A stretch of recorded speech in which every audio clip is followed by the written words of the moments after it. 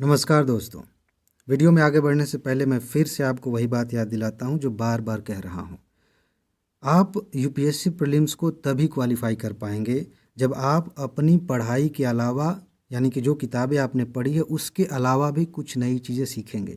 वो नई चीज़ें क्या होती हैं?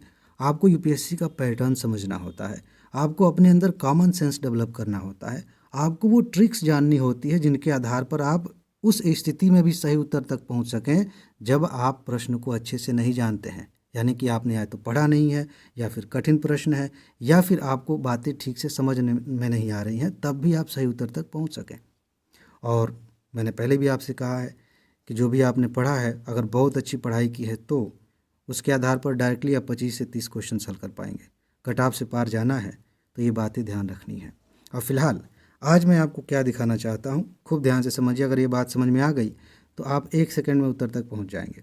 बहुत मज़ेदार चीज़ है। आज मैंने एक ही प्रश्न लिया है, बाकी एक बार फिर से मैं बता देता हूँ कि इसके पहले वाली वीडियोज़ का लिंक दिया गया है कमेंट में, जाकर सारी वीडियोज़ देखिए और उसके आधार पर प्रैक्टिस करिए। ये प्रश्न आप जो देख रहे हैं पॉलिटी का है, 2020 में पूछा गया था। और ये बार बार जब भी मैं सबूत दिखाता हूँ, देखिए यहाँ से कट ऑफ से ज़्यादा क्वेश्चन आए, तो जब भी ये क्वेश्चन पूछा जाता है ना, मैं याद दिलाता हूँ कि देखिए मैंने कई बार कहा था कि ऐसे प्रश्न बनते हैं। यूपीएससी ने क्या कहा है?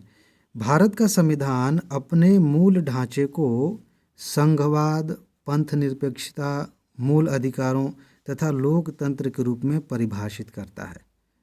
जिन दोस्तों ने पहले से चैनल को सब्सक्राइब करके रखा है, जुड़े हुए हैं कई महीनों से या 1 वर्ष से ज़्यादा हो गया, वो मुस्कुरा रहे होंगे कि मैं क्या कहना चाहता हूँ।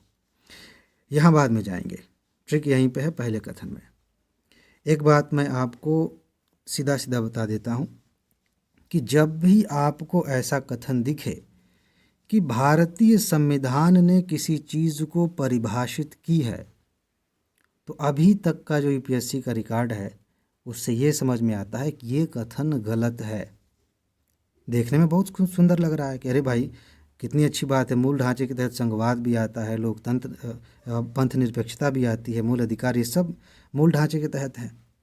कितनी अच्छी बात है। हमारे संविधान में बात तो है ही सब, संघवाद के बारे में हम पढ़ते हैं, पंथ निरपेक्षता पढ़ते हैं, मूल अधिकार, तो कितनी सरल सी बात है कि हमारे संविधान में होगा। और इसी सरल सी बात को यूपीएससी जानती है कि आप यहाँ फिसलेंगे। जो बात संविधान सम्मत है, संविधान के अनुसार है, अनिवार्य नहीं है, ज़रूरी नहीं है कि संविधान में उसकी परिभाषा भी दी गई है। इस बात को आपको समझना पड़ेगा। ये सारी बातें हम संविधान के तहत पढ़ते हैं, लेकिन इसका मतलब ये कतई नहीं है कि इनकी परिभाषा भी दी गई होगी। और अब तक जितनी बार भी यूपीएससी ने ये लाइन पूछा है, ये बात कही है कि संविधान में स्पष्ट रूप से इसका उल्लेख है। देखिए, इसको घुमा फिरा के कहा जाता है। अभी जो क्वेश्चन आपके सामने है, इसमें ये शब्द है कि संविधान में परिभाषित किया गया है। कई बार आप ऐसे प्रश्न देखेंगे पीवाईक्यू में जहाँ लिखा गया कि संविधान में इसका स्पष्ट रूप से उल्लेख किया गया है। इस तरह की बातें जब भी आप देखें तो अभी का जो पैटर्न है यूपीएससी का, उसके अनुसार आप समझ पाएंगे कि ये कथन गलत होते हैं। यानी कि आप इसे गलत मान के चलें, तो जब इसे गलत करेंगे तो ये भी गलत हो गया, ये भी गलत हो गया। अब आप 50-50% पे आ गए। अगर आपको ये कथन पता है तो आप सही कर सकते हैं, या नहीं पता है तो गेस कर सकते हैं। कम से कम आप एकदम अननोन नहीं रहे। अब ऐसा नहीं रहा कि कुछ नहीं, अब एकदम हमसे इसका कोई वास्ता ही नहीं है, हमें पता ही नहीं है क्या चल रहा है।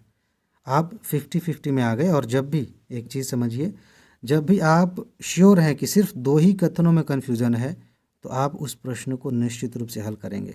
उसे छोड़ने का कोई तुक नहीं बनता है, आप वो हल करके आएंगे। लेकिन हाँ, श्योर होना चाहिए।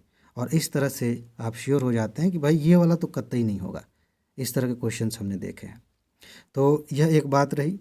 इसके बाद और भी बहुत सारे प्रश्न हैं जिनके माध्यम से हम समझेंगे कि कहाँ आपको क्या समझना है, ताकि आप आसानी से हल कर सकें, प्रश्नों को आराम से प्री क्वालिफाई कर सकें। तो जाइए कमेंट में जाइए, वहाँ पर आपको लिंक के अलावा 2 चीज़ और मिलेंगी।